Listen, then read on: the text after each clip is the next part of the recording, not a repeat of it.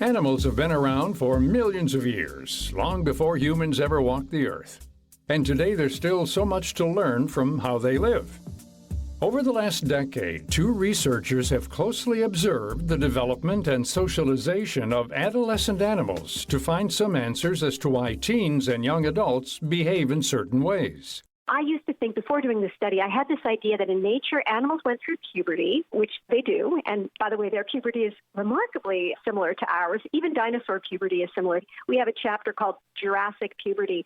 But the point is, I used to think that animals went through puberty and then, boom, they were having sex. That's Dr. Barbara Natterson-Horowitz, a professor of evolutionary biology and medicine at Harvard University and the University of California, Los Angeles.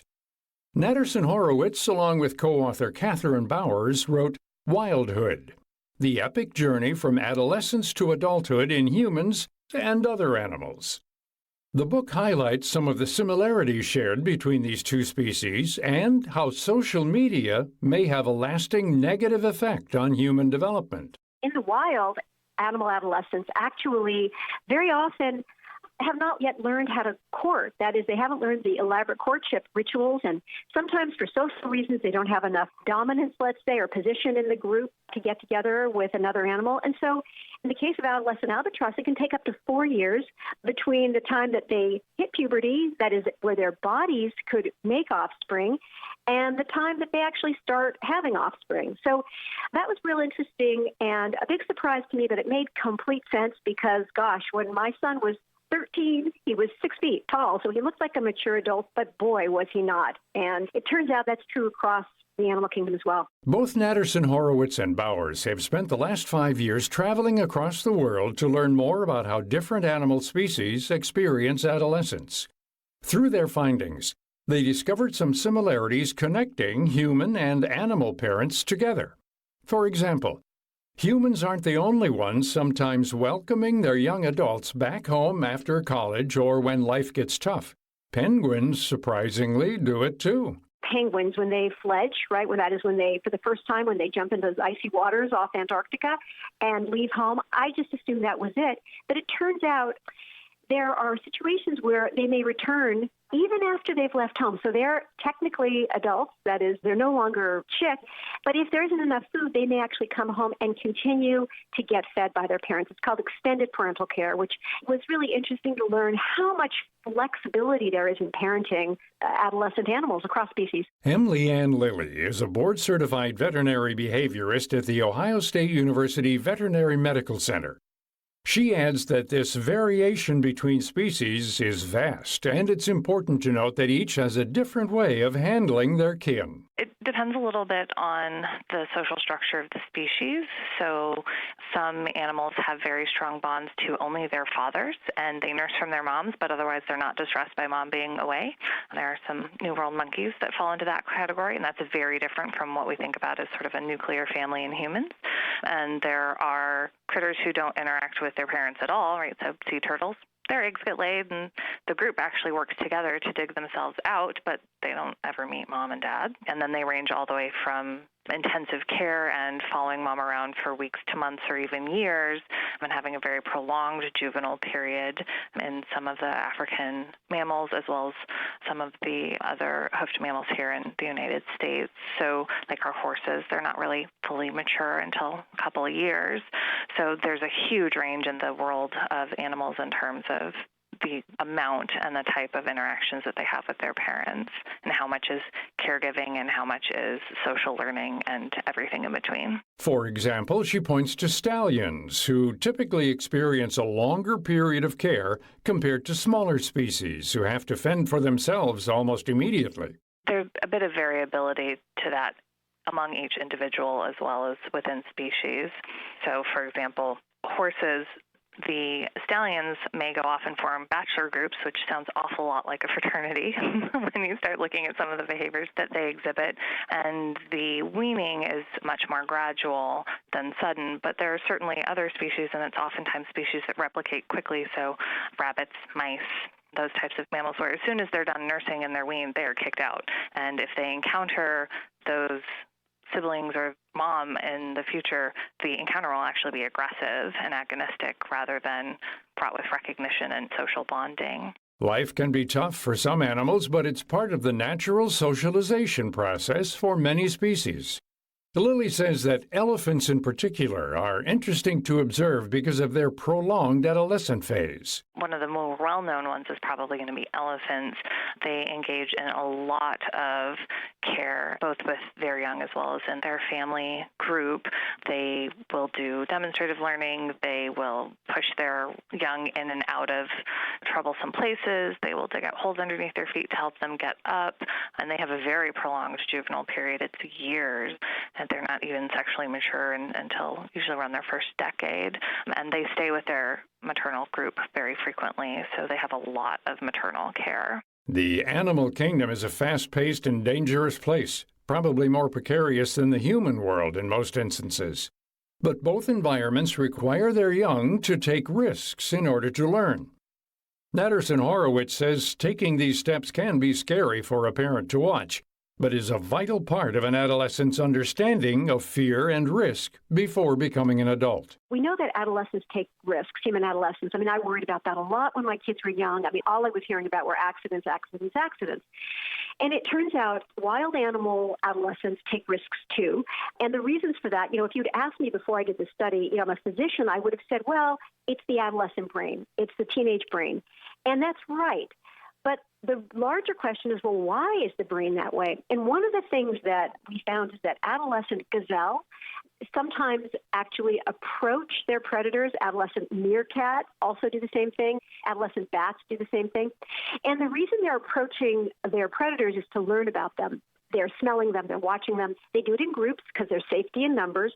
But having that perspective makes me think a little bit differently about some of the things that our teenagers do and what the underlying purpose of it may be. And in the animal world, if you don't grasp these lessons fast, the consequences are much more dire. It showed us that being inexperienced and particularly being what wildlife biologists call predator naive is not a good thing. It puts you in danger. And even though you want to make sure that you stay safe as an adolescent, you also need to gain experience with the most dangerous things you're going to face as an adult. The most powerful thing that can happen for an animal adolescent in terms of learning about danger is a near-miss experience. But that's a risky strategy. You don't want to learn that way because that's very high-stakes gambling. Adulthood in the animal kingdom means surviving from one day to the next. That's why it's so important to stick with the pack. Greater numbers mean a greater ability to take risks in order to find food, water, and shelter. Natterson-Horowitz says this mentality can also be applied to teenagers, who tend to take more risks among their peers. There's a sense of safety and comfort found in groups which reduces feelings of fear and increases adrenaline. But she says that online, it's a different story. The constant comparison of status and the popularity hierarchy present on social media platforms like Instagram, Snapchat, and Facebook creates a temporary rush, but can lead to teenagers feeling perpetually anxious, depressed, and even addicted to social media. Social media is comparison on steroids. And by the way, it's the kind of comparison where most of the time you lose. And we know that the more time adolescents spend on social media, the more depressed they get. So what's a parent supposed to do with that information? Well, one approach that comes really from studying adolescents in nature is to try to simulate a more natural situation. In the wild animal adolescents will be compared to each other through contests periodically. But in modern human life, it's just incessant, right? You go to school and you're being compared on your academic performance and then athletically and then your looks when you walk down the hall or you go in the cafeteria. But then you try to get a break from it and boom, you go to your phone and all of a sudden you're comparing how many followers somebody in your class has, et cetera, et cetera. So what should parents do to help? Natterson-Horowitz says encouraging a reduction in use or a complete break from social media can be a good thing. Our brains evolved, the animal brain, and we have an animal brain, evolved to have some comparison. But what we have now is a mismatch. That is, there's just this constant tsunami of unrelenting comparisons. So we think that a status sanctuary, which it looks more like what a wild animal adolescent would experience, which is some assessment and some comparison, but gosh, not all the time. That every animal adolescent, including the ones in our homes, need a break from all that comparison. It's also important to encourage teens to take that time that's not spent online and put it towards a hobby or an interest that they've lost touch with. Spend time developing skills, whether it's musical ability or political interest or whatever it is, and get good at something that they're good at, that they like. In life, there are going to always be hierarchies. The key is when you become an adult and you graduate from high school, you get to start choosing your own hierarchies, your own groups, and where maybe the comparisons are a little more favorable. To find out more about this topic and our guests, Dr. Barbara Natterson-Horowitz and Leanne Lilly, visit viewpointsradio.org. You can also find out more about the new book, Wildhood, The Epic Journey From Adolescence to Adulthood in Humans and Other Animals, at wildhood.com. For more behind the scenes, follow us on Instagram and Twitter at Viewpoints Radio, and subscribe and listen to our show anytime wherever you listen to podcasts. This segment is written and produced by Amira Zaveri. I'm Gary Price. About 27 million people in the United States have chronic obstructive pulmonary disease, or COPD. COPD is treatable, yet half of flare-ups are never reported to physicians, suggesting that patients are not seeking appropriate care. There are 1.2 million COPD hospital admissions each year, and 1 in 4 patients hospitalized for COPD flare-up die within a year. Dr. David Menino is a respiratory medical expert at GSK. It is important to act before COPD progresses. Flare-up should be treated early on before the condition worsens. Having one COPD flare-up increases the risk of having another, and studies have shown each flare-up can cause more lung damage. You don't have to settle with symptoms that interfere with your daily routine. If you continue to experience COPD symptoms, speak with your doctor about what more can be done to manage them. Dr. Menino says studies demonstrate that early treatment brings improvement in lung function, breathlessness, and quality of life. Find out more at COPD.com. It's National Alzheimer's Disease Awareness Month, as well as National Family Caregivers Month. The two go together since there are more than 16 million families and friends in the U.S. caring for someone with Alzheimer's. According to the Alzheimer's Association, 4 out of 5 caregivers say they'd like more support in providing care, especially from their families, yet 39% haven't engaged others in caregiving tasks. Ruth Drew, Director of Information and Support Services for the Alzheimer's Association, has suggestions on ways to help. Make a standing appointment to give the caregiver a break so they can run errands or go to a support group.